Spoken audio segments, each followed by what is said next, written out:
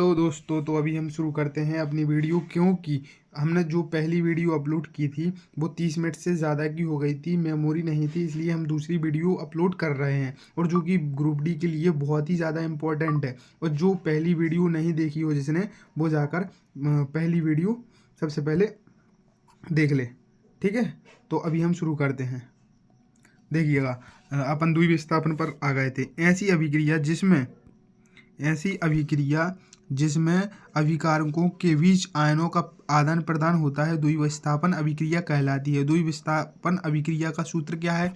जैसे कि कोई ए वी ले लिया अपन ने, A V plus C D लिया। अब द्विविस्थापन होगी तो ये ए चले जाएगा सी के साथ और बी चले जाएगा डी के साथ, ये होगी द्विविस्थापन अभिक्रिया।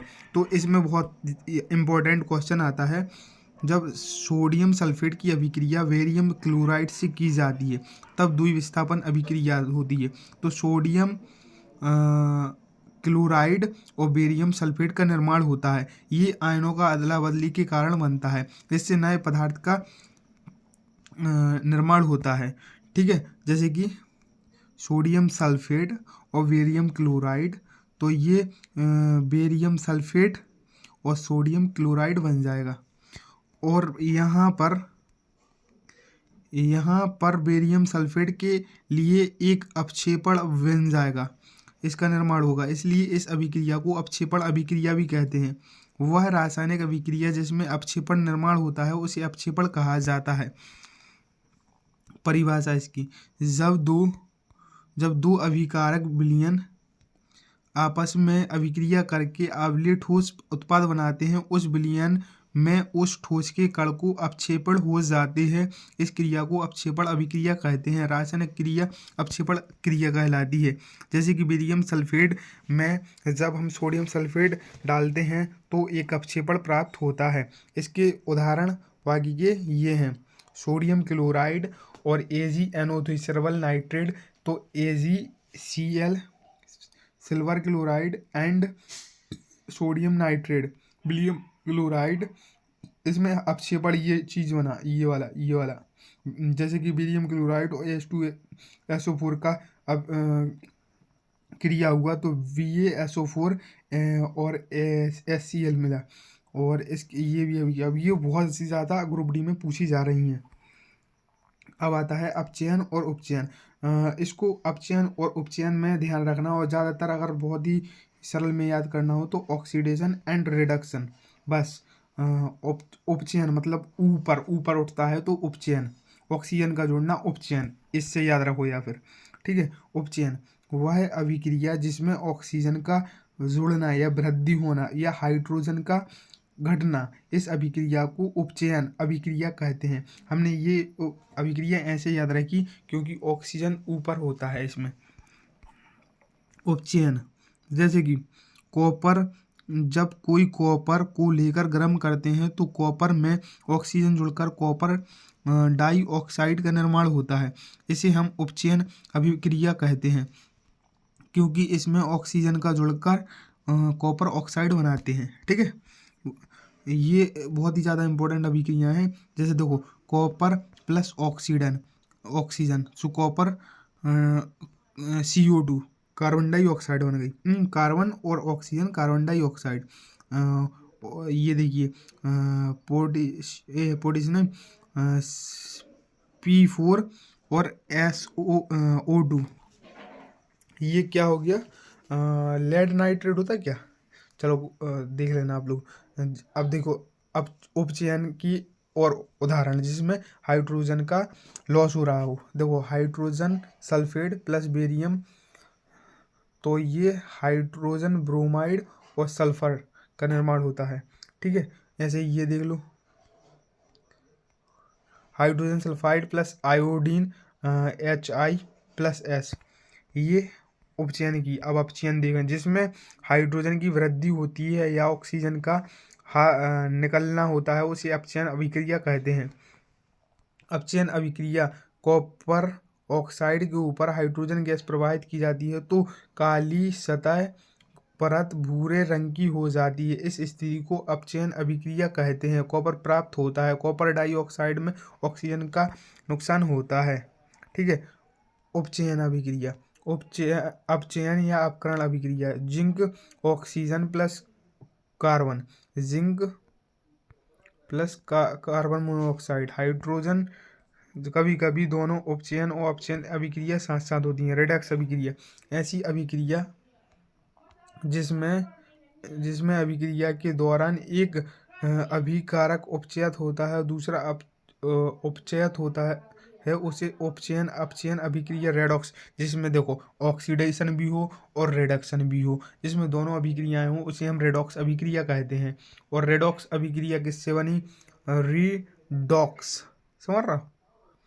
मतलब देखो रिडक्शन और ऑक्सीडेशन से रेडॉक्स अभिक्रिया बनती है। दूसरे शब्दों में कहें कि हम जब किसी अभिक्रिया के दौरान उपचयन और अपचयन होता है उसे हम रेडॉक्स अभिक्रिया कहते हैं। जैसे कार्बन दो कॉपर ऑक्साइड और हाइड्रोजन की अभिक्रिया हीट पर लगाते हैं तो कॉपर और हाइड्रोजन अलग हो जाते हैं। इसमें देखो इसमें उपचयन किसका हो रहा है? उपचयन हो रहा है हाइड्रोजन का, क्योंकि इसमें आगे ऑक्सीजन उड़ रही।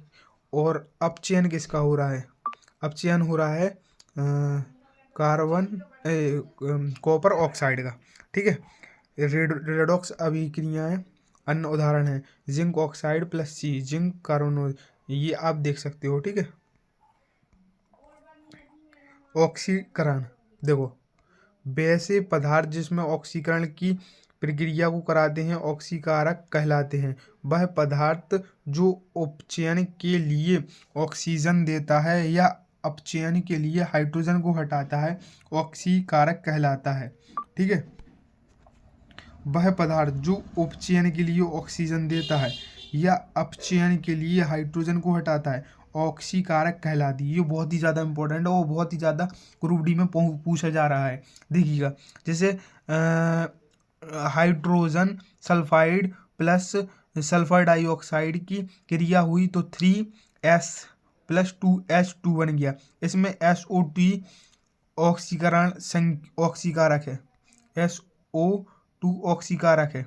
ठीक है, क्योंकि यह H2S में से H को हटा रहा है। ठीक है।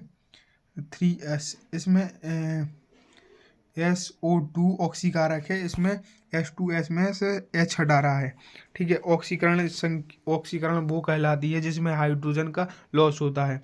एक देखिए एक रिडक्शन अभिक्रिया, वह पदार्थ जो अपकरण की प्रक्रिया कहलाती है अपकारक कहलाती है।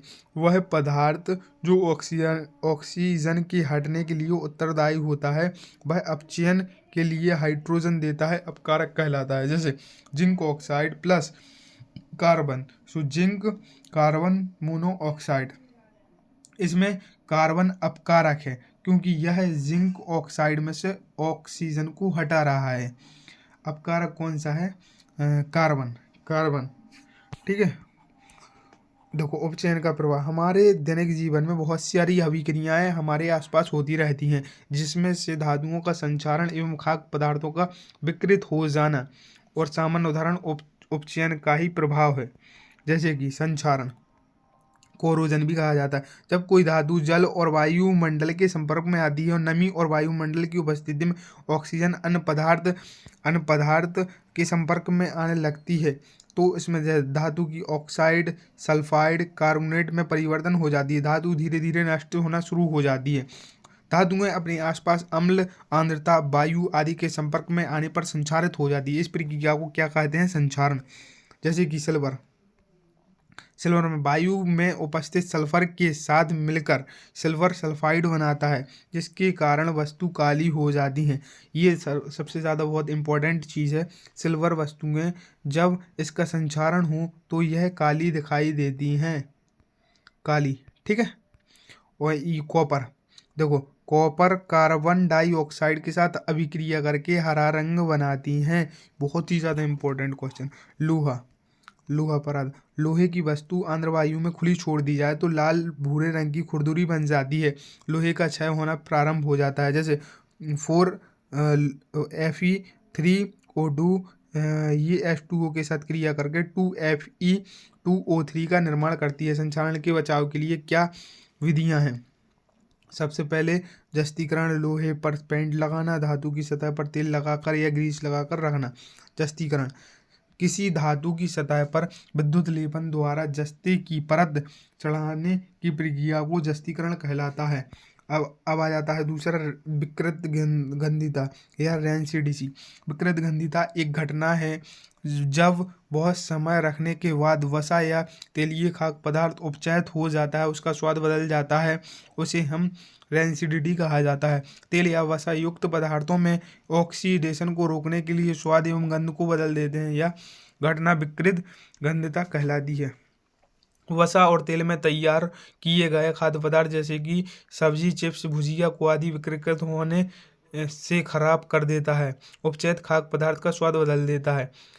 और देखिएगा, वसा तेल खाद्य पदार्थ को विकृत होने से बचाया जा सकता है, इसकी दर को कम किया जा सकता है। वसा ये तेल खाद्य पदार्थों में एंटीऑक्सीडेंट डालने से इसकी विकृत गंधिता को बचाया जा सकता है। खाद्य पदार्थों के पैकिंग के समय ऑक्सीजन गैस हटाकर इसमें नाइट्रोजन गैस भरी जाती है।